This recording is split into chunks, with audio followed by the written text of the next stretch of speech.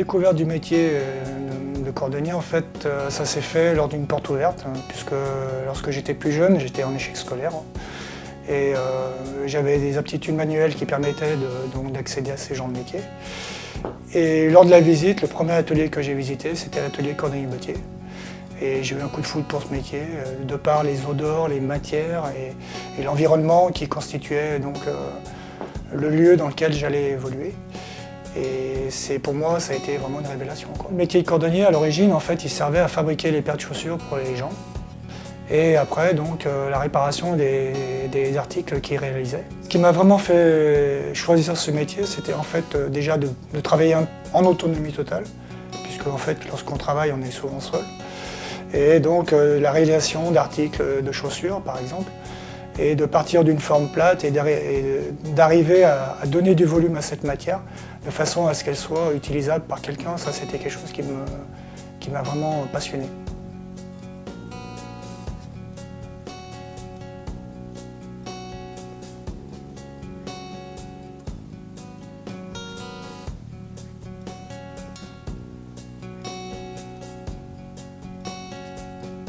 Mon parcours, en fait, il a été assez simple, puisque à l'âge de 14 ans et demi, je suis rentré en apprentissage, donc à la Société d'enseignement professionnel du Rhône. J'y suis resté pendant 3 ans et j'ai passé mon CAP que j'ai réussi. Suite à ça, après, j'ai travaillé pendant 7 ans et demi dans un atelier d'orthopédie et les établissements Milioni. Après, avec un collègue avec lequel je travaillais, donc, on a décidé de s'installer, donc on a créé une ESDF dans laquelle on pratiquait chacun une activité distincte. Et au bout de 2 ans, ayant des horizons différents, j'ai décidé de partir pour m'installer tout seul. Et donc maintenant, ça fait 23 ans que je suis installé à mon compte. La plus grosse activité sur la cordonnerie actuellement dans mon entreprise, c'est la réparation plus que la fabrication. J'ai fabriqué pendant à peu près on va dire une quinzaine d'années. Mais comme l'activité réparation est devenue plus importante, donc j'ai délaissé, malgré moi, entre guillemets, la fabrication, pour me consacrer essentiellement à la cordonnerie et à la réparation. Le partenariat que j'ai eu avec l'Opéra, il a duré à peu près une dizaine d'années, donc ça a commencé à peu près dans les années 2000. J'ai été démarché par l'ancien bottier qui allait partir pour prendre sa succession. Mais lui, il voulait quelqu'un qui prenne sa place à Demeure, et moi j'ai décidé de ne pas intégrer l'Opéra en tant que tel, mais rester indépendant et répondre à leurs besoins.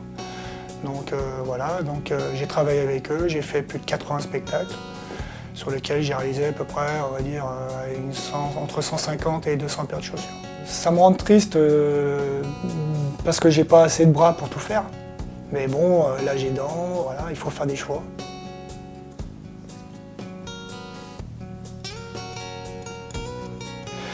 Maintenant, la cordonnerie a totalement changé, puisque maintenant on inclut d'autres métiers que la cordonnerie. C'est ce qu'on appelle maintenant le multiservice. Nous, au sein du métier, on s'est battu pendant plusieurs années pour développer les centres de formation, puisqu'il faut savoir que pendant des dizaines d'années, aucun diplôme n'était demandé lorsque quelqu'un s'installait dans un métier manuel. L'enseignement qui est donné consiste essentiellement à la réparation de chaussures et la réalisation d'articles de revente, notamment la réalisation de clés, de plaques de boîtes aux lettres, d'imprimerie, etc. Par contre, il y a une troisième partie qui est en plus de tout ça, qui est la cordonnerie-botterie. Et là, on va réaliser une paire de chaussures. Et pour la réalisation de cet article, en fait, on a plus de 150 étapes à réaliser les unes après les autres et les faire toutes bien les unes après les autres, de façon à arriver au bout, de façon à ce que l'article qu'on a réalisé soit livrable. Les qualités principales pour faire ce métier, en fait, il faut avoir une habileté manuelle et une dextérité qui soit importante. Être intuitif dans ce qu'on fait, puisqu'il faut enchaîner les opérations les unes après les autres sans se tromper. Et surtout, lorsqu'on réceptionne un travail, il faut déjà anticiper ce qu'on va faire par la suite, de façon à ce qu'on puisse répondre aux besoins de la personne qui nous a apporté le travail. Moi-même, on m'a transmis un savoir que je voudrais transmettre à d'autres personnes.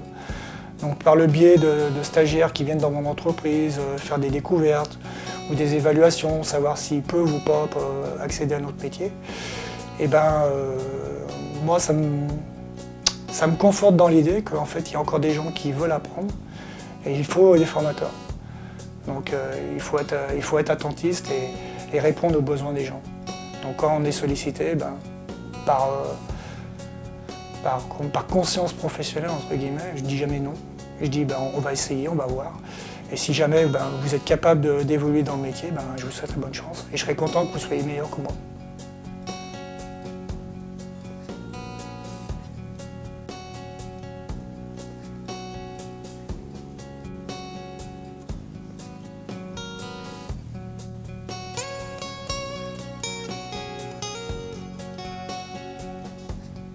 Il reste quand même une activité de cordonnerie pure qui est assez importante.